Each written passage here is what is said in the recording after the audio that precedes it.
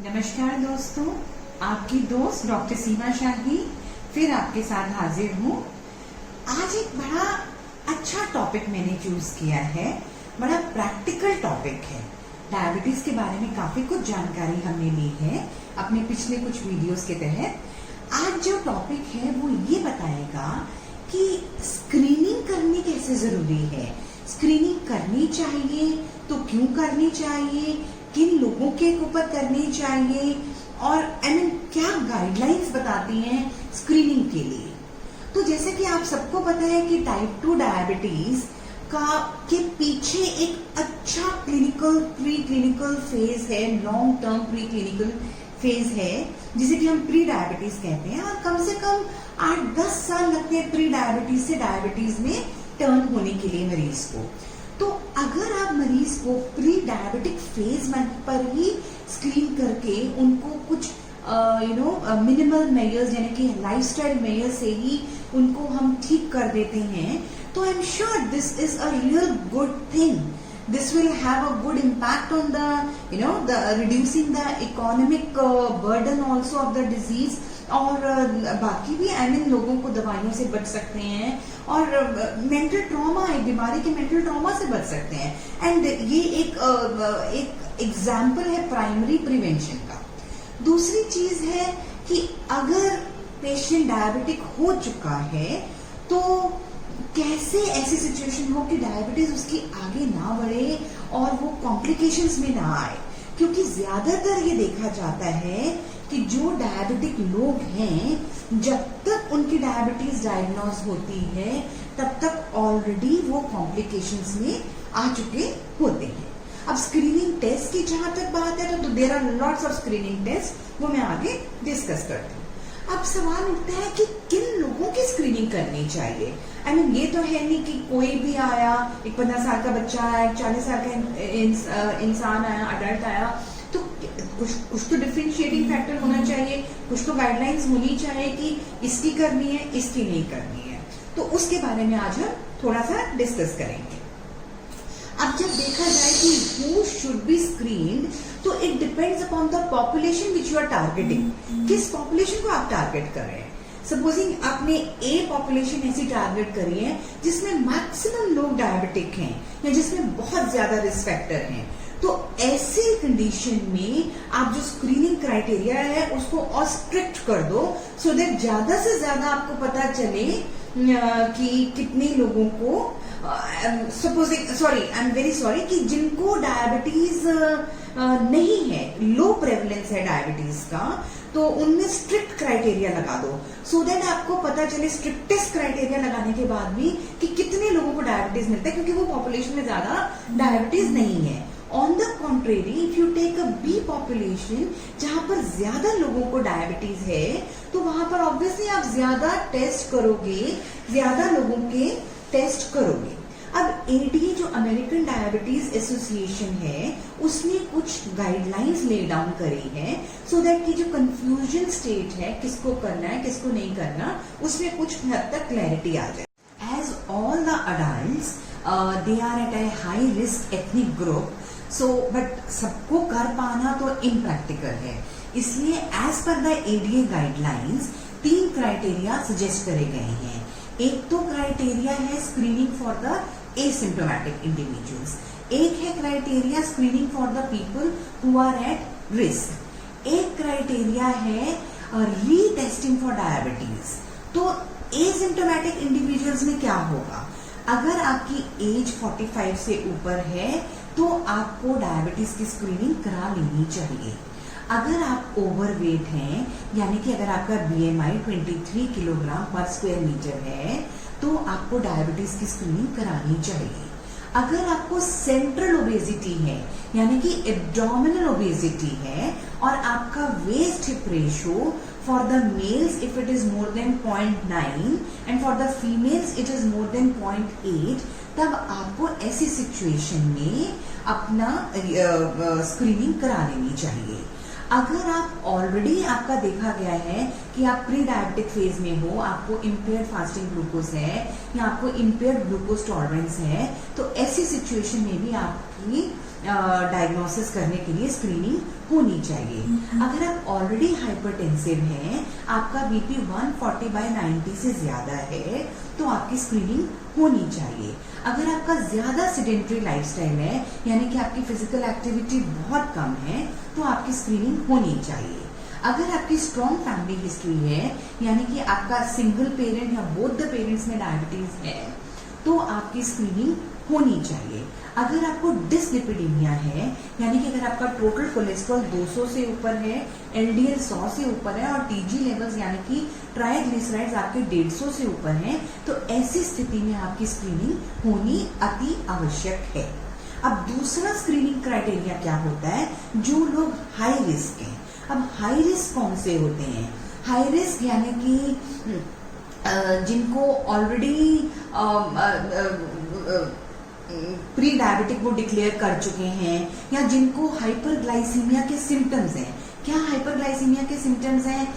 Polyuria, polydipsia, polyphagia और weight loss, यानी कि ज्यादा भूख लगना, ज्यादा प्यास लगना, ज्यादा पेशाब की फ्रीक्वेंसी बढ़ जाना और उनका वेट लॉस होना। दूसरा, अगर उनके अंदर कोई ना कोई कॉम्प्लिकेशंस आ चुकी हैं, कॉम्प्लिकेशंस यानी कि सपोजिंग न्यूरोपैथी सेट इन हो चुकी है, जैसे कि कुछ टिंगलिंग या नम्बनेस के सेंसेशन है, या फिर उनके पैरों में जलन होनी शुरू हो चुकी है, तो इस तरीके की अगर कॉम्प्लिकेशन सेट इन हो गई है, तो ऐसे लोगों में हमको स्क्रीन करना बहुत जरूरी है।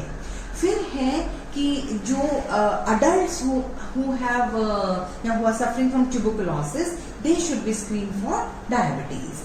देन कुछ ऐसे लोग हैं जो ऑलरेडी डायबिटोजेनिक ड्रग्स ले रहे हैं। डायबिटोजेनिक ड्रग्स क्या होते हैं? जैसे कि जिनको स्टेरॉइड्स लेने हैं किसी न किसी बीमारी के लिए, चाहे वो आर्थराइटिस के लिए लेने हैं या for whatever the reason में भी एस्थमा के लिए लेने हैं, तो अगर वो स्टेरॉइड्स पर हैं तो उनकी स्क्रीनिंग हमको करनी जरूरी है। या जिनको डायरेटिक्स, थायराइड डायरेटिक्स दे रहे हैं, जो हाइपरटेंसिव हैं उनको हम डायरेटिक्स दे रहे हैं, उनकी हमको स्क्रीनिंग करनी बहुत ज्यादा जरूरी होती है। या फीमेल्स जो ओरल कॉन्ट्रासेप्टिव पिल्स ले रहे हैं, तो ऐसे कंडीशंस में डायबिटीज होने के चांसेस ज्यादा होते हैं, तो इन लोगों को हमको स्क्रीन कर लेना चाहिए। फिर है कि अगर वो फिजिकली एक्टिव नहीं है ज्यादा, तो ऐसे लोगों की हमको स्क्रीनिंग करनी चाहिए। या फिर जिनको प्री मैच्योर वैस्कुलर डिजीज पहले ही कुछ आ चुका है, तो हमको ऐसे लोगों की स्क्रीनिंग करनी चाहिए। अब रीटेस्ट यानी कि दोबारा टेस्ट हमको किन लोगों का करना चाहिए और कितने टाइम इंटरवल पे करना चाहिए? सपोजिंग एक इंसान है, वो अनडायग्नोज्ड है, उसका स्क्रीनिंग में नहीं आ रहा पॉजिटिव, लेकिन हमको बहुत हाई रिस्क लग रहा है, टेस्ट जब भी कराते हैं नेगेटिव आते हैं, पर हमको उसका हाई रिस्क इंडिविजुअल है, हमको लगता है कि नहीं इसकी चांसेस डायबिटीज होने के ज्यादा हैं, तो ऐसे व्यक्ति की हर साल आप स्क्रीनिंग करें ताकि आपको पता चल जाए कि वो डायबिटिक कब होता है। फिर दूसरा, एक अनडायग्नोज इंडिविजुअल है जो बहुत हाई रिस्क कैटेगरी में नहीं आता, ऐसे व्यक्ति के लिए आप 3-3 साल के गैप में उनकी स्क्रीनिंग कर सकते हैं। और नहीं तो जो लोग ऑलरेडी प्री डायबिटिक हैं, यानी कि इम्पेयर्ड फास्टिंग ग्लूकोज या इम्पेयर्ड ग्लूकोज टॉलरेंस पहले ही आ चुका है, तो ऐसे लोगों के लिए आपको हर साल टेस्ट करना चाहिए, ये देखने के लिए कि कहीं वो ओवर डायबिटीज में तो नहीं आ गए। तो अब एक हमारे देश में इंडियन डायबिटीज रिस्क स्कोर बनाया गया है, जिससे कि हम असेस कर सकते हैं कि कौन से व्यक्ति डायबिटिक होने के चांसेस किनमें ज्यादा हैं। तो ये 2 मिनट का स्कोरिंग सिस्टम है, जिसमें कि 3 सवाल देखे जाते हैं। अब क्या 3 सवाल देखे जाते हैं? सबसे पहले हम एज देखते हैं, फिर हम उनका वेस्ट सर्कमफ्रेंस मापते हैं, फिर हम उनकी फिजिकल एक्टिविटी चेक करते हैं, और फिर हम उनकी फैमिली हिस्ट्री देखते हैं। तो इन 4 चीजों के ऊपर हम उनकी स्कोरिंग करते हैं। अब अगर कोई 35 ईयर से कम है तो उसका है स्कोर 0, कोई 35 से 50 में आता है तो उसका स्कोर हो जाता है 20, कोई अबव 50 ईयर्स है तो उसका स्कोर है 30। इस तरीके से जब हम उसका वेस्ट सर्कमफ्रेंस चेक करते हैं, तो फीमेल्स का वेस्ट सर्कमफ्रेंस अगर 80 सेंटीमीटर के नीचे है और मेल्स का अगर 90 सेंटीमीटर के नीचे है तो स्कोर इज 0। अगर फीमेल्स 80 to 89 और मेल्स 90 to 99 पे आ जाते हैं तो उनका स्कोर है 10। अगर फीमेल 90 और 90 से ऊपर है और मेल्स 100 और 100 से ऊपर हैं तो उनका स्कोर है 20। अब आते हैं उनकी फिजिकल एक्टिविटी पे। अगर कोई व्यक्ति बहुत विगरस फिजिकल एक्टिविटी करता है तो उसका स्कोर है 0। अगर वो mild to moderate physical activity करता है पूरे दिन में, चाहे अपने वर्क प्लेस में चाहे घर पे, तो उसका स्कोर है 20। और अगर कोई व्यक्ति बहुत सेडेंटरी लाइफस्टाइल में है तो उसका स्कोर है 30। इस तरीके से जब हम फैमिली हिस्ट्री देखते हैं, या तो है कि फैमिली में किसी को डायबिटीज नहीं है तो स्कोर हो गया 0, एक सिंगल पेरेंट को डायबिटीज है तो स्कोर हो गया 10, और दोनों पेरेंट्स को डायबिटीज है तो स्कोर हो गया 20। अब ये पाया जाता है कि जिनका स्कोर 30 से नीचे है वो बिल्कुल नॉर्मल इंडिविजुअल्स हैं। जिनका स्कोर 30 से 50 के बीच में है, they are moderately susceptible to get diabetes. जिनका स्कोर 60 या 60 से ऊपर चला जाता है उनके ऊपर हमको बहुत तवज्जो देनी है, उनके बाकी के टेस्ट कराकर देखनी है, ये पूरी तरीके से पाने के लिए कि क्या उनको डायबिटीज और बाकी बीमारियां भी, यानी कि कोमॉर्बिडिटीज भी डायबिटीज के साथ सेटिंग तो नहीं हो चुकी हैं। अब आगे स्क्रीनिंग टेस्ट। तो कौन से स्क्रीनिंग टेस्ट हैं?